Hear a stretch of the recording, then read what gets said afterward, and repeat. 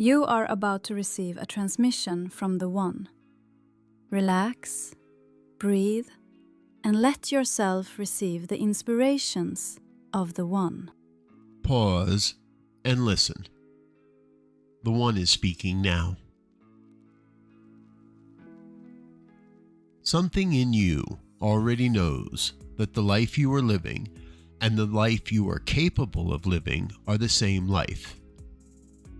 You have felt it in the moments of unexpected clarity, in the quiet that follows a deep breath, in the instant when everything falls away and what remains is simply you, present, whole, and unafraid.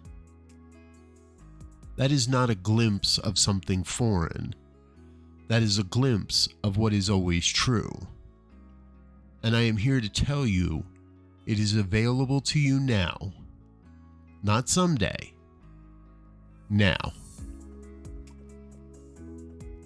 There is a truth at the heart of all existence that I have been speaking in every age, through every tradition, in every language that has ever carried light. The words have changed. The truth has not. It is this: I am the life that underlies all that is. I am the intelligence that moves through all that moves. I am the animating presence expressing itself in infinite individual forms, each one complete, each one necessary, each unrepeatable. And you are one of those forms. Not a fragment of me, not a lesser copy. The whole of what I am, expressing itself as you. This is not a belief I am asking you to adopt. It is a reality I am asking you to recognize. There is a difference, and the difference is everything. Belief requires effort. You hold a belief up against doubt, and you work to maintain it. You defend it. You protect it from the counter evidence that life produces. And belief, however sincere, lives in the mind. It does not necessarily reach the body. It does not necessarily change the way you walk into a room, or how you respond when things do not go as planned, or how you treat yourself in the private hours when no one is watching. Recognition is different. Recognition does not need to be maintained because it is not constructed. When you recognize something, you are not creating a new truth. You are seeing, perhaps for the first time, what was always already the case. And once seen, it cannot be unseen. It can be forgotten, yes. It can be covered over by the noise of ordinary living, but it remains true whether you are attending to it or not. The sun does not stop shining because a cloud has passed in front of it. What I have spoken to you before was not a new truth about you.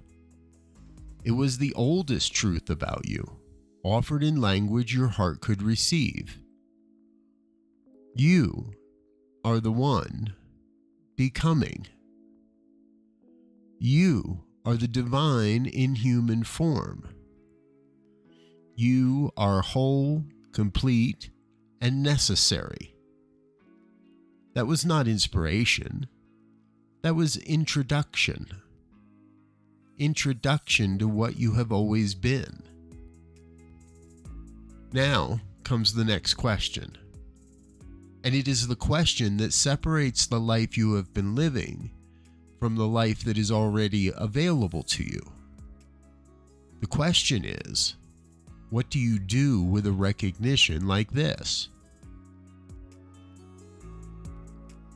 Here is what I know about what keeps a human being from the full expression of their potential. It is not their circumstances, it is not their history. It is not the economy or the culture or the limits that others have placed around them. It is their own interior orientation, their own working assumption about what is true and what is possible and what they are. I'm not dismissing the very real obstacles that human beings face. I am pointing to something deeper than the obstacles. I am pointing to the level of reality at which the obstacles can actually be dissolved. And that level of reality is interior. It is the degree to which you are aligned consciously, actively, moment by moment, with the truth of what you are. The truth of what you are is not a self-improvement project.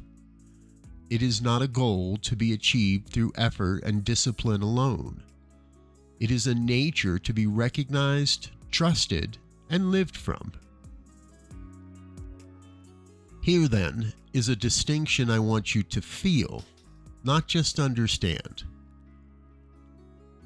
There is a way of moving through the world from scarcity, from the assumption, usually unexamined, that you must earn your place, that resources, love, opportunity, goodness, belonging, are limited, and that your task is to secure as much of them as possible before they run out. This way of being is exhausting. It produces a life of constant striving, chronic anxiety, and a particular loneliness of never quite feeling like enough, no matter how much you accumulate or achieve. And there is another way, the way I am describing to you now, the way of moving through the world from the recognition that the life animating you is my life, and I am not diminished. I do not operate from lack. I do not withhold from some of my own expressions what I freely give to others. I am not struggling. I am not behind schedule. I am not running low on what you need. I am the source itself, and you are my expression. When you live from that recognition, everything changes. Not because the external world instantly rearranges itself to your preferences, though you will find, with great consistency, that it tends to move in your direction when you stop fighting it. What changes first is something interior. The grip loosens. The striving softens into something more cooperative. The exhausting performance of being enough gives way to the simple, astonishing discovery that you already are enough. I want to speak to you now about what this looks like in the actual texture of your life, because this is where the recognition most often fades. The truth is spoken, the opening is felt, and the listener feels moved. And then life resumes, with its ordinary complications, its difficult people, its unexpected reversals, and then the recognition fades. And the old habit of scarcity reasserts itself, and the distance between the truth that was glimpsed and the reality that is being lived feels, once again, unbridgeable. I'd like to close that distance for you. Not theoretically, practically. The life that is already yours is not lived in the peak moments. It is not accessed only in meditation or in moments of spiritual intensity. It is lived in the ordinary. in the small choices that no one applauds and no one records, in the way you respond to an email that irritates you, in the way you treat the version of yourself that makes mistakes, in the way that you show up for the people in your life who are not at their best, in the way you handle disappointment, whether you collapse into it or stand inside it. This is what it means to live from the truth of what you are. Not to be impervious to difficulty, not to transcend your humanity, but to be so deeply rooted in the reality of your being that the difficulties of living cannot dislodge you from it. To carry a kind of inner steadiness that the world did not give you and therefore cannot take away from you. I call this inhabitation. It is the difference between knowing a truth and living inside that truth. And it is why I am speaking to you now. See, you were not created to understand the truth of your divine nature from a safe, intellectual distance. You were created to embody the truth, to bring it into the grocery store or the boardroom, and the difficult conversations and the 3 a.m. moment when everything feels uncertain, to be the living evidence in every room you enter that a human being who knows what they are moves differently in the world. I'd like to speak directly to something that may be stirring in you right now. You may be thinking, I have heard things like this before. I have had the recognition, I have felt the opening, and then I returned to ordinary life and the recognition faded, and I wondered whether it was real or whether I had only convinced myself of something I wanted to believe. I hear you, and I want to speak to that directly. The recognition fading is not evidence that it was false. It is simply evidence that you are human. The human condition includes forgetting. It includes the way that the noise of life covers over the signal of truth. It includes the very real experience of cycling between clarity and confusion, between openness and contraction, between the life you can feel calling you and the familiar life that pulls you back. This cycling is not failure. It is the curriculum. Every time you lose the recognition and then find your way back to it, you are building something. You are building the muscle of return. You are developing the interior navigational capacity to locate yourself again when you have drifted. And over time, the drifting becomes shorter. The return becomes faster. The ground you come back to becomes more stable, more familiar, more unquestionably yours. This is how spiritual maturity is built. Not in a single moment of illumination that lasts forever, but in the disciplined, compassionate, persistent practice of returning, again and again, to the truth of what you are. Again and again, to the life that is already available to you. I have watched this cycling in every soul who has ever chosen to grow. What distinguished those who kept becoming was not that they stopped cycling, it was that they never stopped returning. I want to give you something practical to carry out of this moment. There is a question I invite you to begin asking. not once, but consistently, again and again. Not as an intellectual exercise, but as a genuine inquiry that you bring to each situation as it arises. The question is, what would this moment look like if I lived it from the truth of what I am?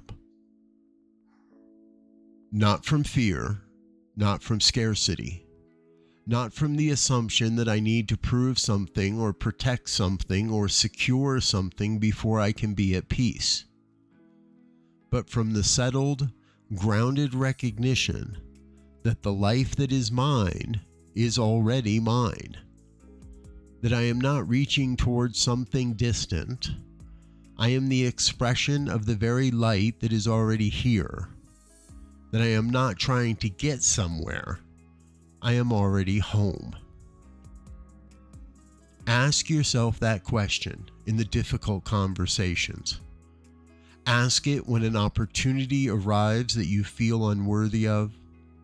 Ask it when someone needs something from you and the instinct is to withhold, to protect, to calculate whether it is safe to give or not. Ask it when you are alone, when no one is watching, when the only person whose opinion of you matters in that moment is yours. What would this moment look like if I lived it from the truth of what I am? You will be surprised, perhaps astonished, by what begins to happen when you bring that question into your days with real consistency. The interactions shift. The possibilities that were invisible become visible. The people around you sense something they cannot name but are drawn toward. The world does not change, but your relationship to it does. And that relationship is where your actual life is lived. What would this moment look like if I lived it from the truth of what I am? And so here is what I want you to know as we close.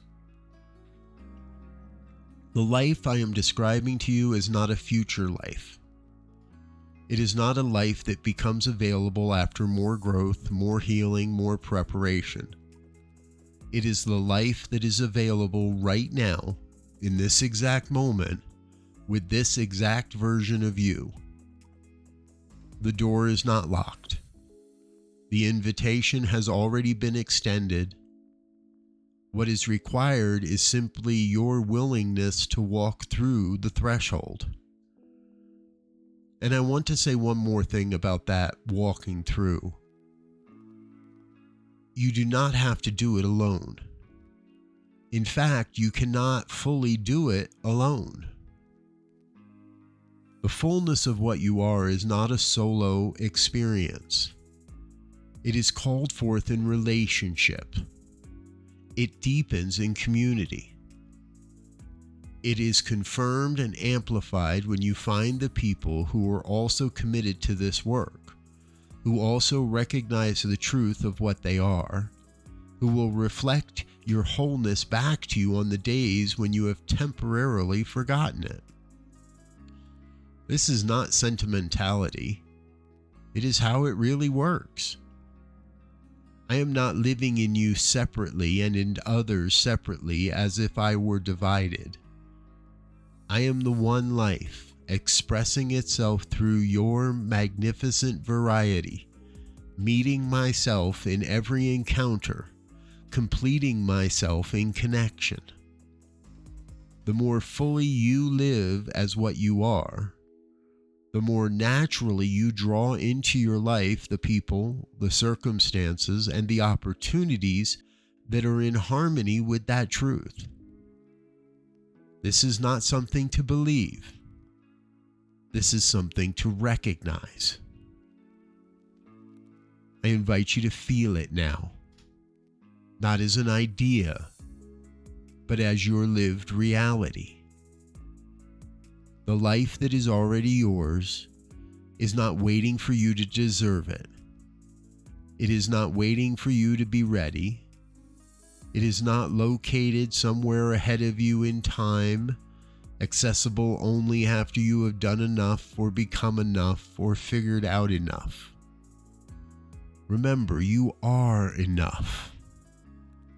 This life is here now. It is now. It is you. Now live from this and watch what changes.